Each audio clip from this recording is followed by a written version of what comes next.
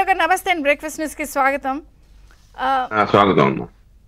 ఏంటిది, దీన్ని నిర్లక్ష్యం అనాలా, లేకపోతే లైట్ తీసుకుంటున్నారన్నారా, లేకపోతే వీళ్ళు శుభ్రంగా డెవలప్మెంట్ మీద కాన్సన్ట్రేట్ చేసి ల్యాండ్ ఆర్డర్ పాత గవర్నమెంట్లో ఉన్న వాళ్ళకి ఇచ్చేసారనాలా? చాలా సెటైర్లు నడుస్తున్నాయి ఇక్కడ. ఒకటి మేడం గారు, ఆల్రెడీ చర్యలు తీసుకోవలసినటువంటి అవినీతి అక్రమాలలో ఆరితేరినటువంటి పెదిరెడ్డి రామచంద్రారెడ్డి మీద ఇప్పటి వరకు చర్యలేవి. అనేక అక్రమాలలో వెలుగు చూసినటువంటి మిథున్ రెడ్డి మీద చర్యలేవి. అంటే అవినీతి పరులు, అక్రమార్కులు, శవరాజకీయాలు చేసే వాళ్ళ మీద చర్యలు తీసుకోకపోతే వీళ్ళు నన్నేం చేయగలరులే అని రెచ్చిపోతున్నారనే విషయాన్ని ఇక్కడ గమనించాలి. కాబట్టి ఇప్పుడు చనిపోయిన తర్వాత, రామకృష్ణ చనిపోయిన తర్వాత సిఐని సస్పెండ్ చేశామా, లేకపోతే కానిస్టేబుల్ సస్పెండ్ చేశామా? సస్పెన్షన్ అనేది ఇట్స్ నాట్ ఏ పనిష్మెంట్. కూర్చోబెట్టి జీతం ఇవ్వటం అరదే ఆ జీతం. కాబట్టి జరిగిపోయిన తర్వాత చర్యలు కాదు. ఇప్పటికి కూడా ఎక్కడ కేవీ రావు కాకినాడ పోర్టులో ముద్దాయిల్ని ఏది వంశీ కూడా ఎందుకు ఆ విధంగా చర్యలు చేపట్టాడు?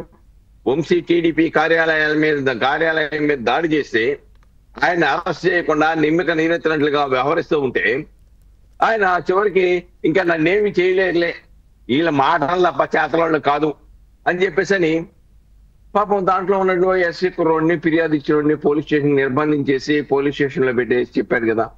చివరికి ఆయన చెప్పారు కదా, వంశీ నుంచి నాకు ప్రాణహాని ఉందని చెప్పేసి. ఈ రోజున ఇవన్నీ సంఘటనలన్నీ కూడా ఒకటి మాచర్లలో జరిగిన సంఘటనని వాళ్ళు జగన్మోహన్ రెడ్డి ఎక్కడ దాకా వెళ్ళాడు? ఢిల్లీ దాకా వెళ్ళాడు. వెళ్ళి ఇంకేముంది, ఈ రాష్ట్రంలో శాంతి భద్రతలు 80 హత్యలు జరిగిపోయింది అని చెప్పేశారు, లెక్కలు చెప్పి చూపించారు. 80 హత్యలు లేకుండా ఇక్కడ ఉండే కార్యకర్తలు ఇతర రాష్ట్రాలకు పారిపోతున్నారని, శాంతి భద్రతలు లేవని, ఈ రాష్ట్రంలో రాష్ట్రపతి పాలన పెట్టాలని చెప్పేసి పెద్ద ఎత్తున గగ్గోలు పెట్టాడు కదా. కానీ ఇక్కడ ఒకటండి, ఆయన ఒకటైతే ఒప్పుకున్నాడు ప్రసాద్ గారు, అన్ని వ్యవస్థల్లోనూ ఇంకా పాత ప్రభుత్వం యొక్క మూలాలు ఉన్నాయి. ఒకదా పోలీసు వ్యవస్థ ఒక్క దాంట్లోనే కాదండి, అన్ని వ్యవస్థలలోనూ వాళ్ళ యొక్క మూలాలు ఉన్నాయి. ఆ మూలాలని అందరినీ తీసేయమంటలా, అట్లీస్ట్ ఉన్నతాధికారులైనా కానీ చిత్తశుద్ధితో పనిచేసే వాళ్ళని నియమించుకోవాల్సిన పరిస్థితి ప్రభుత్వం మీద ఉంది. ఎందుకంటే ముఖ్యంగా ప్రజలతో సంబంధాలు ఉన్నటువంటి సంస్థలు ఏవైతే ఉన్నాయో వాటిలో అట్లీస్ట్ ఒక గాడిలో కనుక పెట్టకపోతే ప్రజల్లో అసంతృప్తి ఏర్పడుతుంది. ఈ రోజున పాపం రామకృష్ణని అలా పోలీసు వాళ్ళకి ఫిర్యాదు ఇచ్చిన ఫిర్యాదు మీద చర్యలు లేవంటే అసలు వీడియో చూడలేదు, మా దృష్టికి రాలేదంటున్నారు వాళ్ళు. అదే తప్పించుకోవడానికి తర్వాత ఏమేమి చెప్తారు వేరే విషయం. కానీ ఒకవేళ క్లియర్ గా చెప్పినా నాకు రక్షణ కావాలన్నా రక్షణ ఇవ్వలేని పరిస్థితి ఉంటే ఇంకా వైఎస్ఆర్సీపీ ప్రభుత్వమే ఇంకా ఈ రాష్ట్రంలో కొనసాగుతుందా అనే అభిప్రాయము ప్రజల్లో కలుగుతోంది. వైఎస్ఆర్సీపీ ప్రభుత్వంలో వాళ్ళు వీళ్ళు కాదు, సుధాకర్ దగ్గర నుంచి వీధి సుబ్రహ్మణ్యం వరకు డోర్ డెలివరీ చేశారు. అనేక మంది మీద, కార్యకర్తల మీద, లేకుంటే భావ వ్యక్తీకరణ స్వేచ్ఛ పెట్టినట్టు మాలాంటి వాళ్ళ మీద కూడా కేసులు పెట్టారు. అసలు అంత విచ్చలవిడితనం, ఒక నియంత పాలన జరిగితే ఇంకా అదే ఆలోచన విధానం ఇప్పుడు కూడా ప్రభుత్వం మార్చిన ప్రభుత్వం ప్రజలు మీరు ప్రజలకి మీరు మీ నియంత పాలన అంతమందిస్తున్నామని చెప్పేసి గుణపాఠం చెప్పిన వాళ్ళ యొక్క ఆధిపత్యమే ఇంకా కొనసాగుతుందంటే ప్రజలు బాధపడరా? వాళ్ళ ఆలోచన, మా యొక్క భావజం, మేము మా లక్ష్యాన్ని టార్గెట్ పెట్టినటువంటి లక్ష్యాన్ని నెరవేర్చుకోలేకపోతున్నామని బాధపడలేదా? ఈ రోజున రామకృష్ణ ఒక్కడే కాదు, ఈ రోజున రాష్ట్రంలో ఉన్నటువంటి కార్యకర్తలందరూ కూడా భయపడుతున్నారనే విషయాన్ని ఇక్కడ గమనించుకోవాలి. ఈ రోజున వాళ్ళ యొక్క రౌడీయిజానికి, వాళ్ళ యొక్క గుండాయిజానికి, వాళ్ళ యొక్క ఏదైతే దాడులు చేయాలనే వాళ్ళ ట్రైనింగ్ ఏదైతే ఉందో ఆ ట్రైనింగ్ ఇంకా కొనసాగుతుంది.